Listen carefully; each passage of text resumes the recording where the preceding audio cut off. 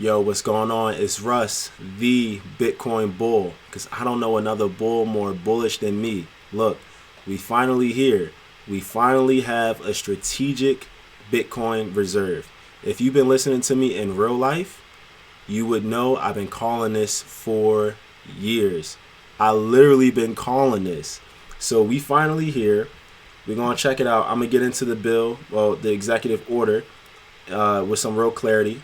Check me out over on X. That's where I share my ideas in real time. I've been posting a lot over there. We had the Bitcoin for America conference by the Bitcoin Policy Institute today. Matthew Pines talking about the changing world order, Bitcoin in a changing world order. So that's super relevant. I checked that out.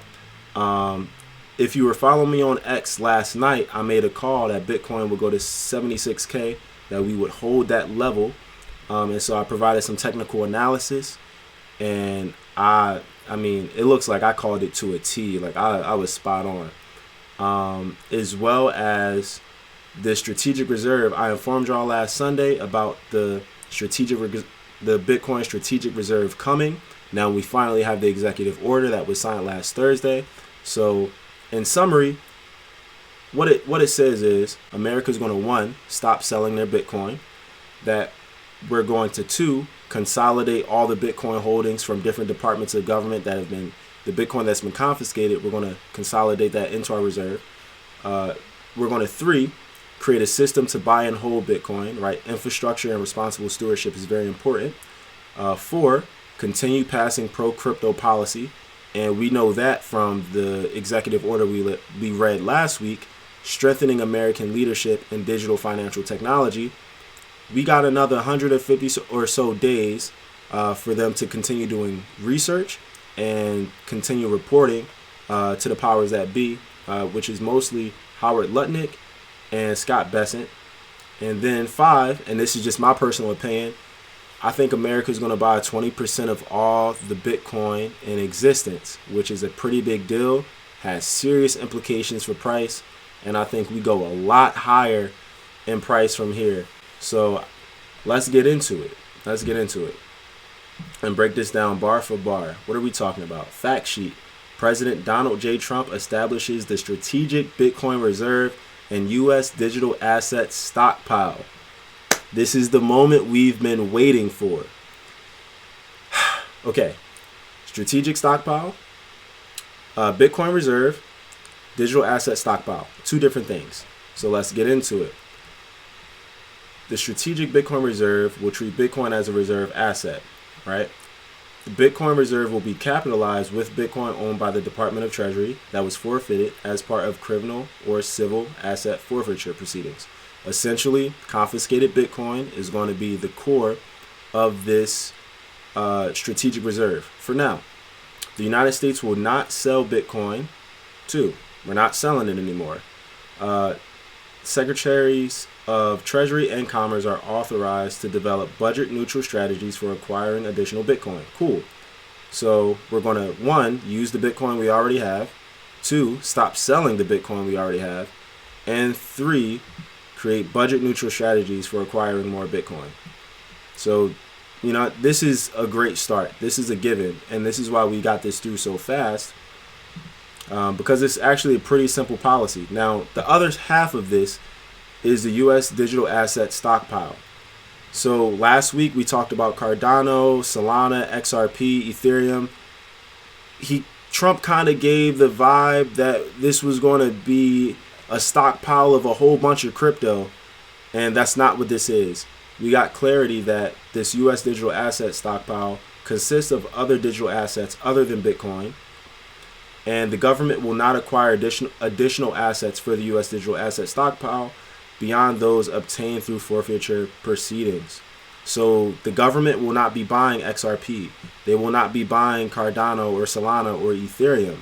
Now, that's a different conversation for the Sovereign Wealth Fund, which I don't even think it's a good idea for the Sovereign Wealth Fund. But this digital asset stockpile, we're not buying any other assets. And then they will also determine strategies for responsible stewardship. There's that language.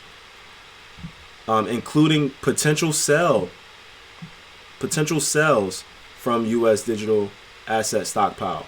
So if anything, the government is going to sell these altcoins. So I hope last week when I said study Bitcoin, stay away from the other crypto stuff, I hope you didn't ape in and buy other crypto thinking you were going to be slick, because those cryptos completely got wrecked. They lost a whole bunch of value relative to Bitcoin when the market crashed.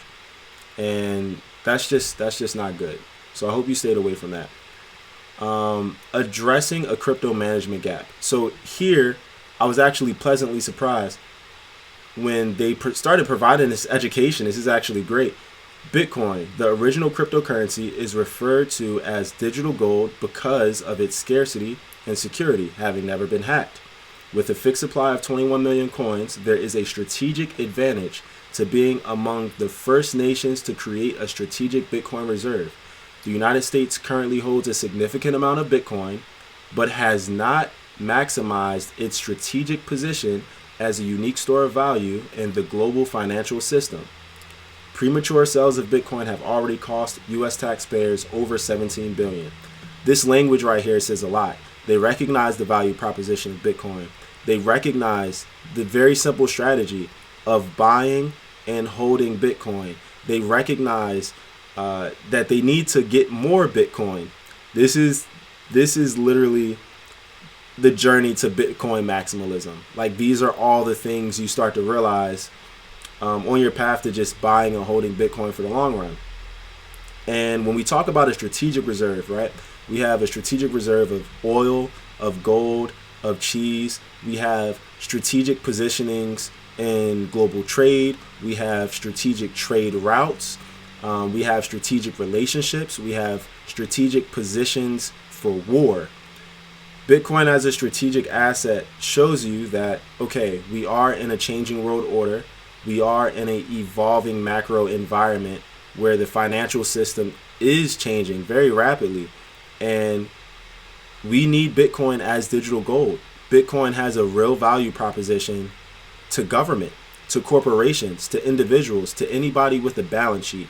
And so once you start to understand this, all of this language becomes a lot more relevant.